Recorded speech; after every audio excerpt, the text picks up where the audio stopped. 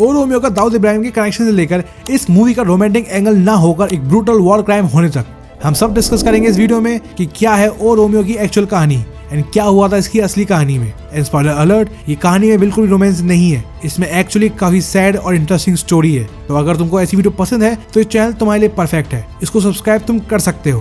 तो शुरू करते हैं आज की वीडियो से। सबसे पहले हमें मूवी के सैंडलर कैरेक्टर को समझना पड़ेगा, जिसका रोल शाहिद कपूर प्ले कर रहे हैं। हिस्ट्री बुक्स और पुलिस रिकॉर्ड्स में इस आदमी का नाम था हुसैन शेख, लेकिन अंडरवर्ल्ड की गलियों में ये नाम फेमस नहीं था। वहाँ सिर्फ एक ही नाम चलता था, हुसैन उस्तरा। अब ये नाम कोई फैशन स्टेटमेंट नहीं था, ये एक वार्निंग थी। 1980s का मुंबई आज जैसा था वैसा नहीं है। उस वक्त सड़कों पे फायर आर्म्स किसी के हाथ पे नहीं होते थे, हैंड टू हैंड कॉम्बैट की वैल्यू ज्यादा होती थी। हुसैन शेख के बारे में कहा जाता है कि वो एक चलती फिरती मौत थी, लेकिन ये कहते हैं कि वो अपने हाथ में या उंगलियों के बीच में या कभी कभी मुंह के अंदर एक छोटा सा रेजर ब्लेड छुपा कर रखते थे। सोचो उस लेवल की स्केल और मैडनेस को। जब तक सामने वाला बंदा अपनी पिस्टल निकालता, हुसैन का हाथ हवा में घूमता और with in a fraction of second सामने वाले गले पे एक गहरा कट हो चुका होता। इसलिए उन्हें उस तरह कहा गया है। He was precise, silent and deadly.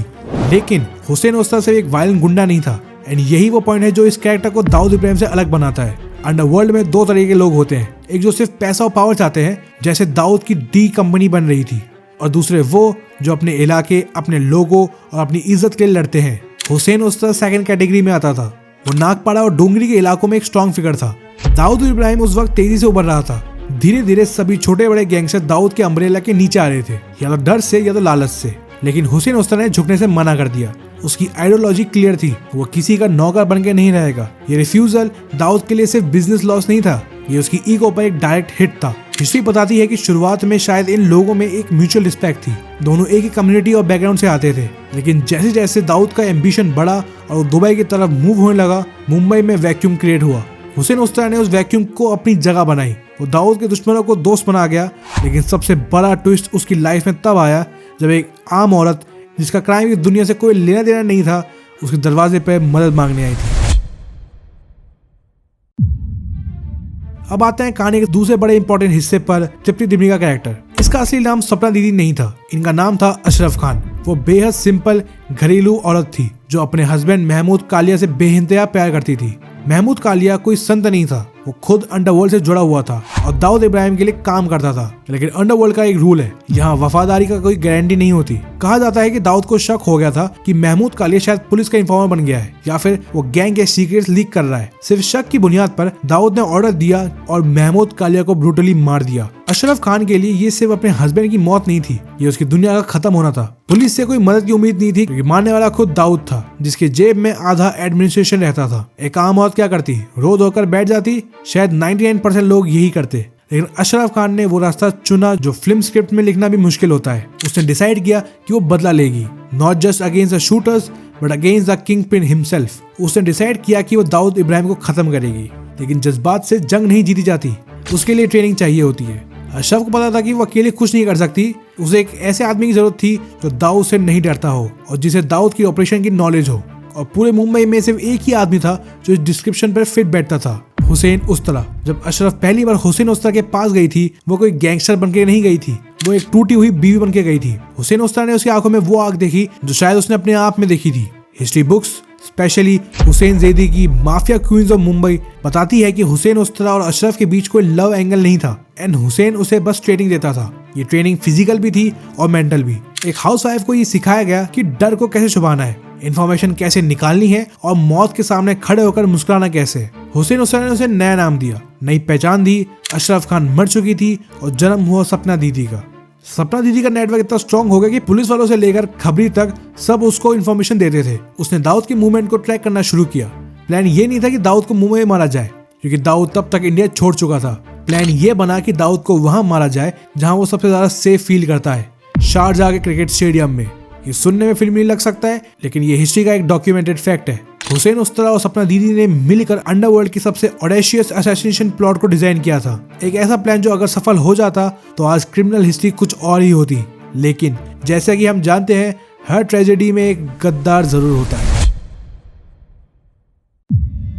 अब हम पहुंच चुके हैं इस कहानी के सबसे हाई स्टेक्स मूवमेंट पर। हुसैन उस्तरा और सपना दीदी का प्लान रेडी था। लोकेशन डिसाइड हो चुकी थी, शारजाह क्रिकेट स्टेडियम। उस जमाने में शारजाह में क्रिकेट मैचेस के दौरान अंडरवर्ल्ड के बड़े चेहरे अक्सर वीआईपी बॉक्सेस में दिखते थे। दाऊद इब्राहिम का क्रिकेट लव किसी से छुपता नहीं था। प्लान बेहद सिंपल था लेकिन सुसाइडल था। सपना दीदी को इस स्टेडियम में इन्फिल्ट्रेट करना और मैच के दौरान जब सबकी नजरें मैदान पे होती, उसको दाऊद को पॉइंट ब्लैंक रेंज पर गोली मारनी थी। ये मिशन वन वे टिकट था। वहां से जिंदा बच के निकलना नामुमकिन था और सपना ये जानती थी। She was ready to die.